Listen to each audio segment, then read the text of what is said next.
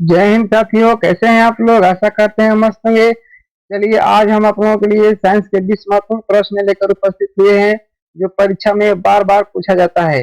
यदि इस सेट को आप एक बार आप अध्ययन कर लेते हैं तो परीक्षा में आप लोगों का इतना जरूर हेल्प मिलेगा कि पता चल जाएगा कि परीक्षा में इसी टाइप का विज्ञान का प्रश्न पूछे जाते हैं एग्जामिनर द्वारा। चलिए, बिना देरी के आप लोगों को एक कदम मंजिल की ओर पहुंचाने का प्रयत्न करते हैं। साथ में आप लोग मेरा साथ दीजिएगा तो आने वाले समय में आप लोगों को साइंस के क्षेत्र में बहुत आगे पहुंचा दूंगा दोस्तों। क्योंकि हम जो प्रश्न लेते हैं वो बहुत जबरदस्त प्रश्न लेकर उपस्थित होते हैं, जो परीक्षा की दृष्टि से बड़ी महत्वपूर्ण होता है। तो चलिए, प्रश्न की शुरू करते हैं। देखिए, इसमें क्या बोला है। देखिए, इसमें क्या बोला है कि जब एक चलती हुई बस अचानक रुकती है तो उसमें बैठे यात्री आगे की तरफ झुक जाते हैं। यह न्यूटन के किस नियम का कारण होता है दोस्तों? ए में दिया है न्यूटन का द्वितीय नियम, बी में दिया है न्यूटन का प्रथम नियम, सी में दिया है न्यूटन का तृतीय नियम, डी में दिया है न्यूटन का चतुर्थ नियम। चलिए, प्रश्न संख्या एक का टिक लगाएं आप लोग दोस्तों। प्रश्न संख्या एक का क्या हो जाएगा दोस्तों? किस कारण से बस में बैठे यात्री अचानक रुक जाते हैं, यात्री आगे को झुक जाते हैं दोस्तों? चलिए, प्रश्न संख्या एक का टिक लगाइए। तो प्रश्न संख्या एक का सही आंसर हो जाएगा दोस्तों ऑप्शन बी हो जाएगा। ऑप्शन बी हो जाएगा, न्यूटन के प्रथम नियम के कारण ही। ऑप्शन बी हो जाएगा दोस्तों। चलिए, थोड़ा इंक चेंज कर लेते हैं। ऑप्शन बी हो जाएगा ना, क्या हो जाएगा? ऑप्शन बी हो जाएगा। चलिए, ये देखते हैं प्रश्न संख्या दो। देखिए, इसमें क्या बोला है कि हीरे के अत्यधिक चमकदार दिखने का मुख्य कारण क्या है दोस्तों? प्रकाश का प्रकीर्णन, प्रकाश का विक्षेपण, प्रकाश का पूर्वांतरिक परिवर्तन, प्रकाश का अपवर्तन। चलिए, हीरा क्यों चमकता है? आंसर दीजिए आप लोग। तो हीरा क्यों चमकता है? आंसर दीजिए आप लोग। बहुत जबरदस्त प्रश्न है दोस्तों। तो हीरे चमकते हैं प्रकाश के पूर्वांतरिक परिवर्तन के कारण हीरा चमकता है। ऑप्शन सी सही हो जाएगा। चलिए, देखते हैं प्रश्न संख्या तीन। देखिए, इसमें क्या बोला है प्रश्न संख्या तीन में। एलपीजी द्रवीकृत पेट्रोलियम गैस में मुख्य रूप से कौन सी गैस का मिश्रण होता है दोस्तों? मीथेन और इथेन, प्रोपेन और ब्यूटेन, हाइड्रोजन और एसिटिक अम्ल, मोनोऑक्साइड और नाइट्रोजन। चलिए, प्रश्न संख्या तीन का आंसर दीजिए आप लोग। प्रश्न संख्या तीन का आंसर दीजिए दोस्तों। देखते हैं कितने हमारे विद्यार्थी कमेंट में उत्तर करते हैं कि मेरा इतना उत्तर सही हो गया दोस्तों। चलिए, देखिए, प्रश्न संख्या तीन का सही आंसर हो जाएगा ऑप्शन बी हो जाएगा। प्रश्न सी का सही आंसर क्या हो जाएगा? ऑप्शन बी हो जाएगा, यानी प्रोपेन और ब्यूटेन। इसका मिश्रण होता है एलपीजी, प्रोपेन और ब्यूटेन का मिश्रण होता है दोस्तों। चलिए, आइए देखते हैं प्रश्न संख्या चार। देखिए, इसमें क्या बोला है कि मानव शरीर में संतुलित इंसुलिन हार्मोन का मुख्य कार्य क्या है? चलिए, मानव शरीर में जो अग्नाशय द्वारा इंसुलिन का हार्मोन स्रावण किया जाता है उसका मुख्य कार्य क्या है, वही पूछा हम लोगों से दोस्तों। चलिए, रक्त का दबाव को बढ़ाना है, भोजन के पाचन को तेज करना है, कि रक्त में कैल्शियम का स्तर को नियंत्रित करना है, कि रक्त में ग्लूकोज के स्तर को नियंत्रित करना है दोस्तों। चलिए, प्रश्न संख्या चार का आंसर दीजिए आप लोग। चलिए, प्रश्न संख्या चार का सही आंसर दीजिए। तो प्रश्न संख्या चार का सही आंसर क्या हो जाएगा दोस्तों? ऑप्शन डी सही हो जाएगा। क्या हो जाएगा? ऑप्शन डी सही हो जाएगा, यानी रक्त में ग्लूकोज शुगर का स्तर को नियंत्रित करता है इंसुलिन। ऑप्शन डी हो जाएगा। आइए देखते हैं प्रश्न संख्या पांच। देखिए, इसमें क्या बोला है। तो लोहे में जंग लगना किस प्रकार की अभिक्रिया का उदाहरण है दोस्तों? लोहे में जो जंग लगता है ना, यानी नमी के स्थान पर जब लोहा को छोड़ दीजिएगा तो उसमें परत जम जाता है। वही पूछा है ना, किस कारण का यानी उदाहरण है, किस अभिक्रिया का उदाहरण है दोस्तों? केवल भौतिक, ऑक्सीकरण और रासायनिक अभिक्रिया, अपघटन, विस्थापन। चलिए दोस्तों, तो लोहा का जो होता है जंग लगता है ना, वो ऑक्सीकरण और रासायनिक अभिक्रिया का उदाहरण है। ऑप्शन बी सही हो जाएगा। किसका उदाहरण है? ऑक्सीकरण एवं रासायनिक परिवर्तन। चलिए, आइए देखते हैं प्रश्न संख्या छह।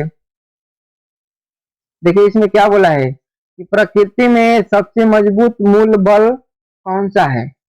प्रकृति में सबसे मूल बल कौन सा है? गुरुत्वाकर्षण बल, प्रतिचुंबकीय बल, दुर्लभ नाभिकीय बल।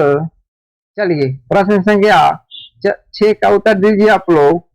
तो प्रश्न संख्या 6 का सटीक आंसर हो जाएगा ऑप्शन सी हो जाएगा। प्रबल नाभिकीय बल सबसे मजबूत बल है।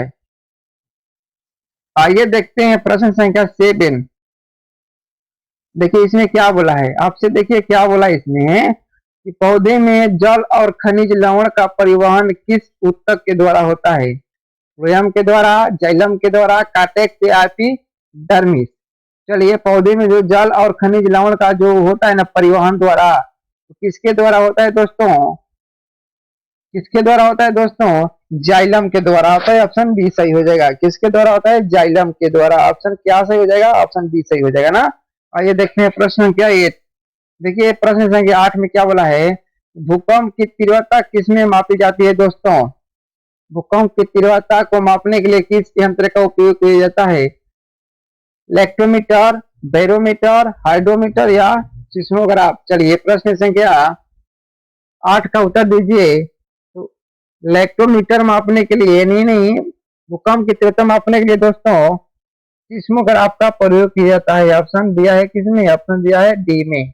आइए देखते हैं प्रश्न संख्या 9। देखिए इसमें क्या बोला है कि रासायनिक रूप से बेकिंग सोडा जिसको बोलते हैं आप लोग खाने का सोडा का नाम क्या है? चलिए sodium bicarbonate, sodium carbonate, calcium sulphate या सोडियम क्लोराइड। तो प्रश्न संख्या 9 का आंसर दीजिए आप लोग, क्या नाम है? चलिए रासायनिक जो खाने वाला सोडा उसे क्या बोलते हैं दोस्तों? सोडियम बाइकार्बोनेट बोलते हैं। क्या बोलते हैं? ऑप्शन बी सही हो जाएगा। क्या हो जाएगा? ऑप्शन बी यानी सोडियम बाइकार्बोनेट हो जाएगा। चलिए यही होता है बेकिंग सोडा यानी खाने वाला सोडा। आइए दोस्तों देखते हैं प्रश्न संख्या 10। देखिए इसमें क्या बोला है कि आकाश का रंग नीला क्यों दिखाई देता है? प्रकाश के पवर्तन, प्रकाश के प्रवर्तन, प्रकाश के प्रकीर्ण और प्रकाश के विवर्तन। तो चलिए आकाश का रंग नीला क्यों दिखाई देता है दोस्तों? तो प्रकाश के प्रकीर्ण के कारण आकाश नीला दिखाई देता है। ऑप्शन सी सही हो जाएगा। कौन सा सही हो जाएगा? ऑप्शन ऑप्शन सी सही हो जाएगा। आइए देखते हैं प्रश्न संख्या 11। देखिए इसमें क्या बोला है, कवक के अध्ययन को क्या कहा जाता है विज्ञान के क्षेत्र में? यानी फंग जिसको बोलते हैं विज्ञान के क्षेत्र में इसको क्या कहा जाता है दोस्तों? ठीक लगाइए आप लोग। प्रश्न संख्या 11 का फाइकोलॉजी, हिस्टोलॉजी, माइकोलॉजी, साइटोलॉजी। चलिए क्या कहा जाता है दोस्तों? कवक के अध्ययन को क्या बोलते हैं? टिक लगाएं आप लोग। तो कवक के अध्ययन को बोला जाता है माइकोलॉजी बोला जाता है। क्या बोला जाता है दोस्तों? माइकोलॉजी बोला जाता है। ऑप्शन ए सही हो जाएगा। क्या हो जाएगा? ऑप्शन ए हो जाएगा ना। चलिए देखते हैं प्रश्न संख्या 12। देखिए इसमें क्या बोला है, विद्युत धारा को मापने के लिए किस यंत्र का उपयोग किया जाता है दोस्तों? विद्युत धारा मापने के लिए किस यंत्र का उपयोग किया जाता है? Electrometer, ammeter, galvanometer, altimeter. चलिए टिक लगाइए। विद्युत धारा मापने के लिए किस यंत्र का उपयोग किया जाता है दोस्तों? तो विद्युत धारा मापने के लिए ए मीटर का प्रयोग किया जाता है दोस्तों। किसका प्रयोग किया जाता है? ए मीटर का। आइए देखते हैं प्रश्न संख्या 13। देखिए इसमें क्या बोला है प्रश्न संख्या 13 में, निम्नलिखित में से किसे कोशिका का पावर हाउस कहा जाता है? पावर हाउस ऑफ सेल किसे कहा जाता है? राइबोसोम, लाइसोसोम, माइटोकॉन्ड्रिया, गाल्गी काय। तो चलिए प्रश्न संख्या 13 का आंसर दीजिए आप लोग। प्रश्न संख्या 13 का सही आंसर हो जाएगा ऑप्शन सी हो जाएगा, यानी माइटोकॉन्ड्रिया को पावर हाउस कहा जाता है। क्या कहा जाता है? माइटोकॉन्ड्रिया को पावर हाउस कहा जाता है। चलिए आइए देखते हैं प्रश्न संख्या 14। देखिए इसमें क्या बोला है, शुद्ध जल का पीएच मान कितना होता है दोस्तों? 0 होता है, 6.4 होता है कि 7 होता है कि 8.5 होता है, 8.5 होता है। चलिए ठीक लगाइए आप लोग। तो शुद्ध जल का जो पीएच मान होता है ना 7 होता है। क्या होता है? 7 होता है। ऑप्शन कितना में दिया है? ऑप्शन दिया है सी में दोस्तों। ऑप्शन सी में दिया है ना। आइए देखते हैं प्रश्न संख्या 15। देखिए इसमें क्या बोला है प्रश्न संख्या 15 में कि वाहनों को पीछे का दृश्य देखने के लिए किस प्रकार के दर्पण का उपयोग किया जाता है? ए में दिया है समतल, बी में दिया है अवतल और सी में दिया है उत्तल और डी में दिया है बेलनाकार दोस्तों। तो चलिए प्रश्न संख्या 15 का उत्तर दीजिए आप लोग।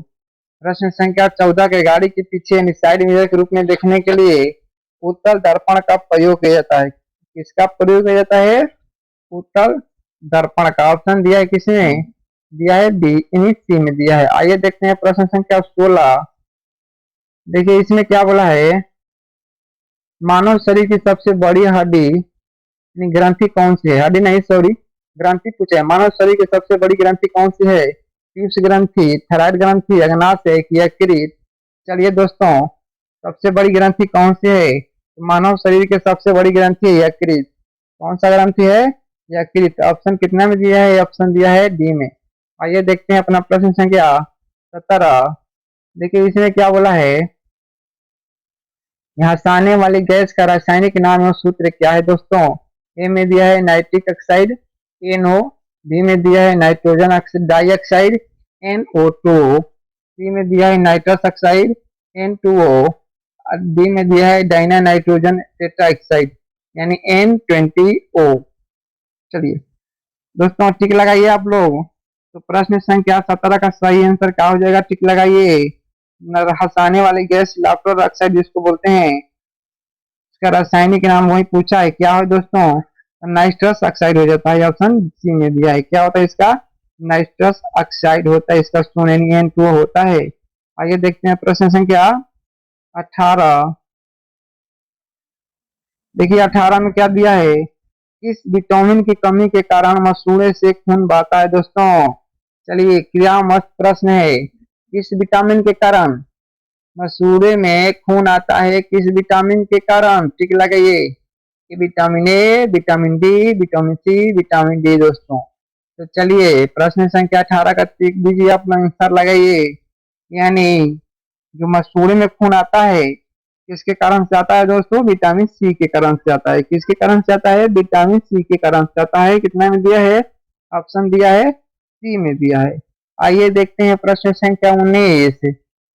देखिए इसमें क्या बोला है कि ध्वनि की चाल सबसे अधिक किस माध्यम में होती है? ए में दिया है ठोस में, बी में दिया है लिक्विड यानी द्रव में, सी में दिया है गैस यानी हवा में, डी में दिया निर्वात यानी बिना निर्वात में जहाँ हवा नहीं है।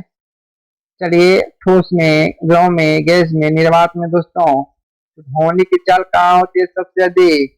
ठीक लगाइए आप लोग। ध्वनि की चाल जो होता है ना दोस्तों, वो ठोस में सबसे अधिक होती है, निष्पात में होता है सबसे अधिक। ऑप्शन ए में दिया है। आइए देखते हैं आज का अंतिम प्रश्न यानी प्रश्न संख्या 20। देखिए इसमें क्या बोला है,